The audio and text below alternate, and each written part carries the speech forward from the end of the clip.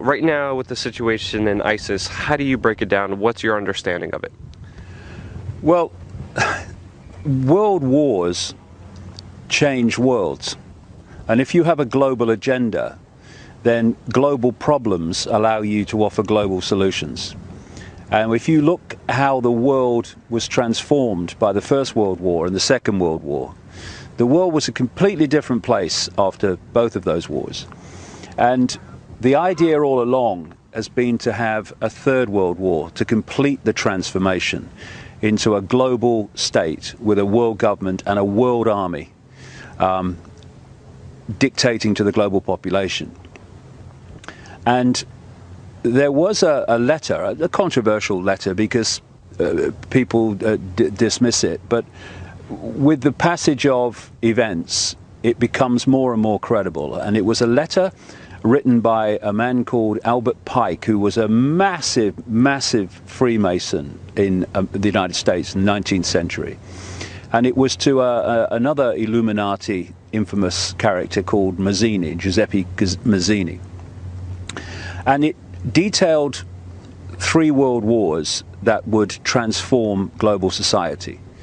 And the first one described it in the terms that happened. The second one it described in terms that it happened. But, you know, you can say, well, it came to light later, so, you know, maybe they just put that in and faked the accuracy of the first 2 wars. So the credibility of what it said lies in what it said about the Third World War. And it talked about creating a conflict between the Muslim world and what it called political Zionism. And people will say, well, that's got to be a fake because there was no Zionism when that letter was supposed to be written. Well, this is an agenda that's projected a long way forward. This is why Aldous Huxley, Brave New World, and Eric Blair, George Orwell, 1984, who knew each other. Huxley taught George Orwell French at Eton College, where the royals go, and they knew each other and they became friends. And from the same sources, not least the Fabian Society in Britain, they understood the projected agenda. And we're talking there in 1932 that Huxley's book was published, 1948 that Orwell's book was published, and they are describing the society that's unfolding today at that time. And there are many, many other examples of people predicting the future who were insiders who have turned out to be incredibly accurate. So the idea that Albert Pike would know that this Zionist movement was coming and the establishment of Israel was coming is very credible when you look at the background evidence. And of course, Zionism was established not that long after this letter was supposed to be written. And so he was talking about the Muslim world being brought into a war with the political Zionism, what today we call Israel, and that this would, you know, in my terms, create a vortex that would draw in the world, in our terms, America, the European Union, NATO, into this war. And what you have now is a situation that this ISIS group has come out of nowhere, in effect, incredibly well armed, incredibly funded. I mean, I've seen figures like $2 billion at its disposal. And it's walking into towns in Iraq and taking them over. It's established itself at the key border crossings into Syria and into Jordan. And it's all happened really fast. And what the potential of this clearly is to do what Pike was talking about. Because I've said in my books for years that the plan was to create a massive divide and rule conflict between the Shia Muslims and the Sunni Muslims.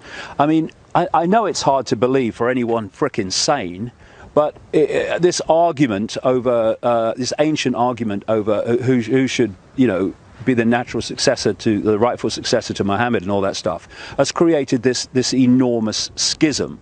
And schisms are there to be manipulated and exploited by these people.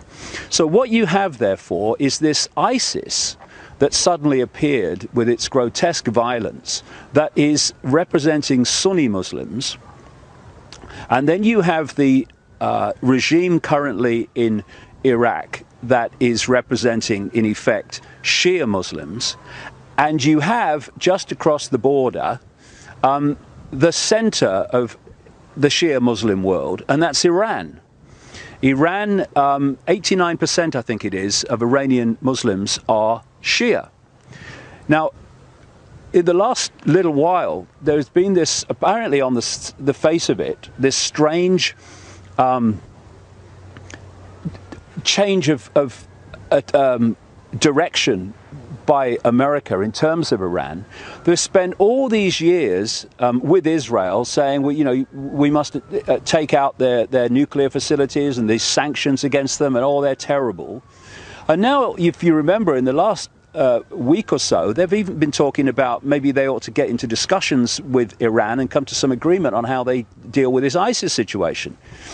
And it's like, what? Yeah. But when you come from this perspective, what they're doing is they're trying to draw Iran into this Sunni Shia conflict, like, you know, protect the Shia that this Sunni ISIS are threatening and overrunning at the moment.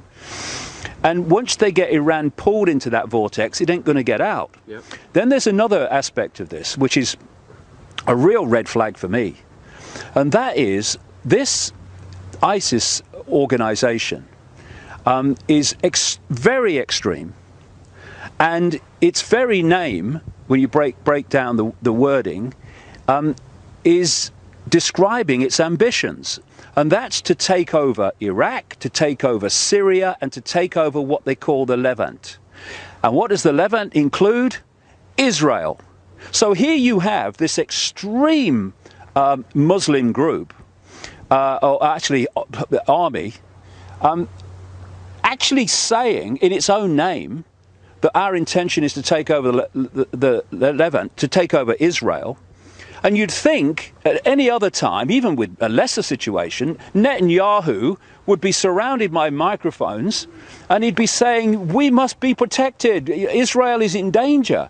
Instead, he's come out and said, oh, no problem, you leave them to it. America, no, don't intervene, leave them to it, don't let them basically weaken each other. And then you've got the United States, their reaction.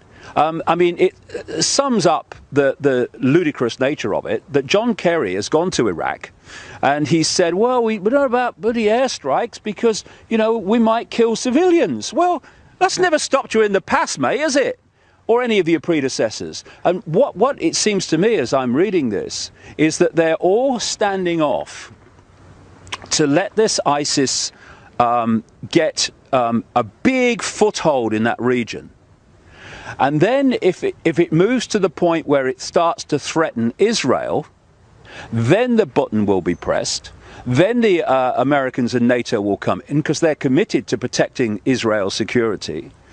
And then you'll start to see why that sliver of land called Israel, with less than 8 million people, has one of the best equipped armies in the world and a nuclear arsenal. Yeah.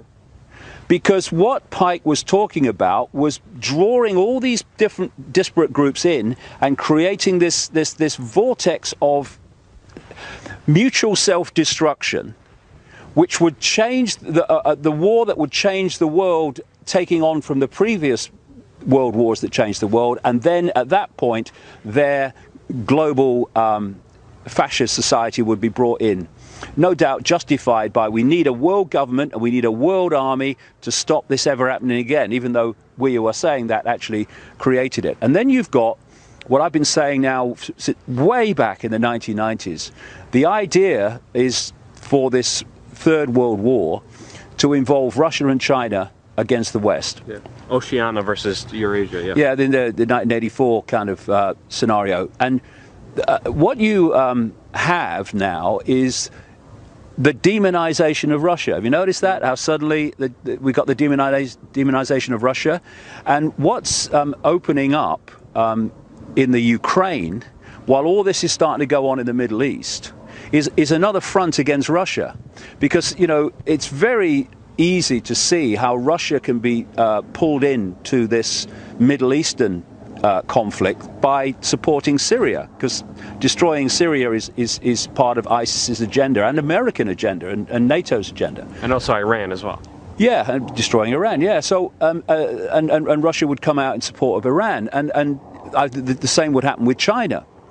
And so you can see how it's how the pieces in the game are being moved around to create the scenario that Pike talked about. Yeah, in fact, a close aide of President Putin, who has special responsibility for Ukraine, has actually said this week that the United States is preparing for a war against Russia through Ukraine, and that what they plan is to try to take Crimea back. Now, you can have the odd bit of terrorism and bad things happen in Ukraine to Russian supporting people, and Putin can stay back and hold his fire because he knows what they're trying to manipulate him into. But if they try to take Crimea back, Putin's ego and Putin's pride will no way, I would strongly suspect, allow him just to let them do it. Exactly. And therefore, that if they try to take Crimea back, then what you're looking at is a war, or a calculated war against Russia. Yeah. And if you start a front against Russia on its borders, and then all this stuff going on in the Middle East, you are diluting Russia's impact on what's happening in the Middle East. Yeah. And it's all a setup. And when you have Saudi Arabia and Qatar, who are 51st states of the United States, there are many of those, mind, funding this ISIS and funding this terrorism, while the Americans, who could tell them to stop any time, are saying, are condemning the very terrorism that their 51st states are supporting.